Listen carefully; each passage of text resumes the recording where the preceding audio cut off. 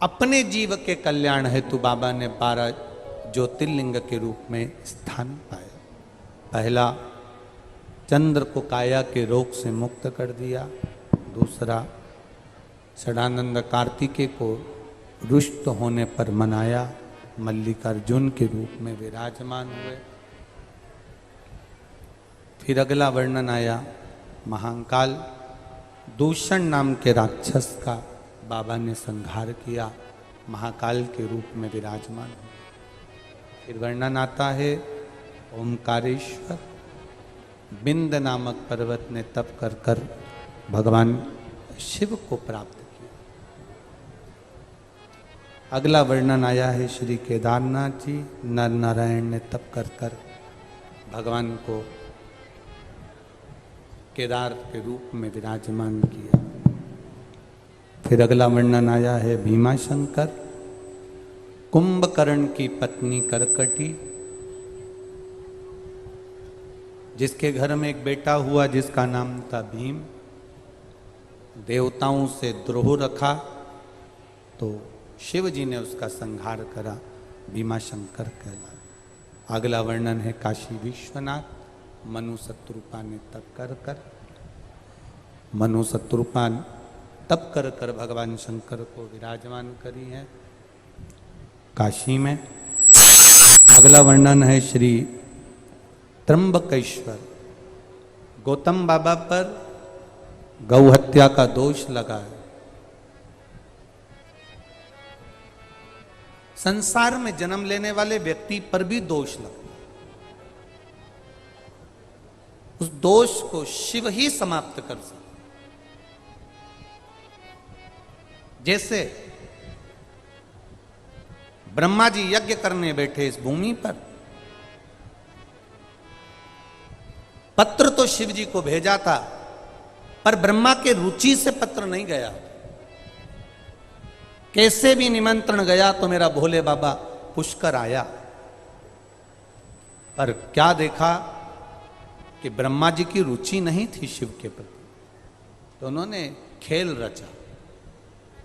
बड़ा अजीब सा रूप रखकर, तंत्र विद्या का रूप रखकर, हाथ में कपाल लेकर ब्रह्मा जी के दरवाजे पर आ गए। तुम इतना बड़ा यज्ञ कर रहे हो, थोड़ा सा दान दीजिए।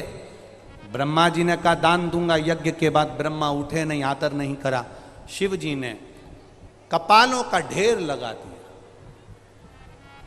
जब कपालों का ढेर लगा तब ब्रह्मा जी को लगा कि यज्ञशाला में इतने कपाल कैसे आ गए। तब शिव को रिझाने के लिए गए और अटपटेश्वर महादेव के रूप में मेरा महादेव यहां पर विराजमान हो। शिव तत्व है। अगर ब्रह्मा जी हम दोष आता है, उस दोष को मिटाने के लिए शिव की स्तुति जरूरी है, शंकर का गुणगान जरूरी है, शंकर का स्मरण जरूरी है, शंकर की भक्ति जरूरी है। करा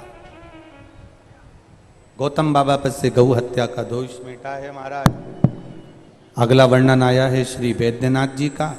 रावण शिव जी को लेकर शिवलिंग जा रहा था, संध्या होने के कारण छोड़ा है नीचे, वैद्यनाथ जी के रूप में विराजमान है।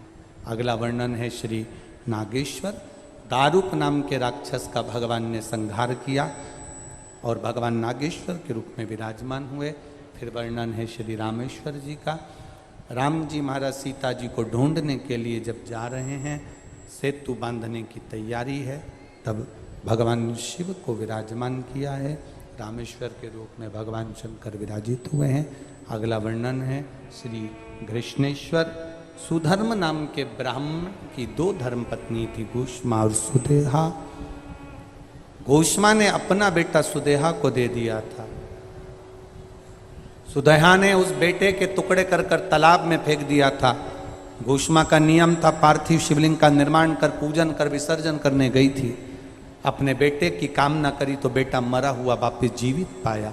शिव जी का नाम वहां कृष्णेश्वर महादेव पड़ गया। ऐसा 12 ज्योतिर्लिंग का स्मरण तुमरुका जी ने चंचूला देवी से कहा है। चंचूला देवी का पति बिंदुक प्रेत योनि से मुक्त हुआ है।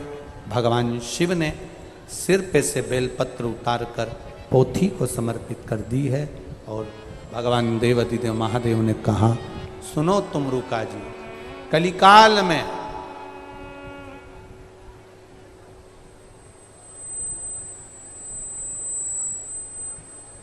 जब दुख संपूर्ण जगत को घेरेगा, संपूर्ण जगत में जब दुख घेरेगा, तकलीफ घेरेगी, रोग घेरेगा, तकलीफें घेरेगी, केवल एक ये शिव महापुराण की कथा ऐसी होगी जो जीव की तकलीफ और दुख को मिटाने का कार्य कर जाएगी।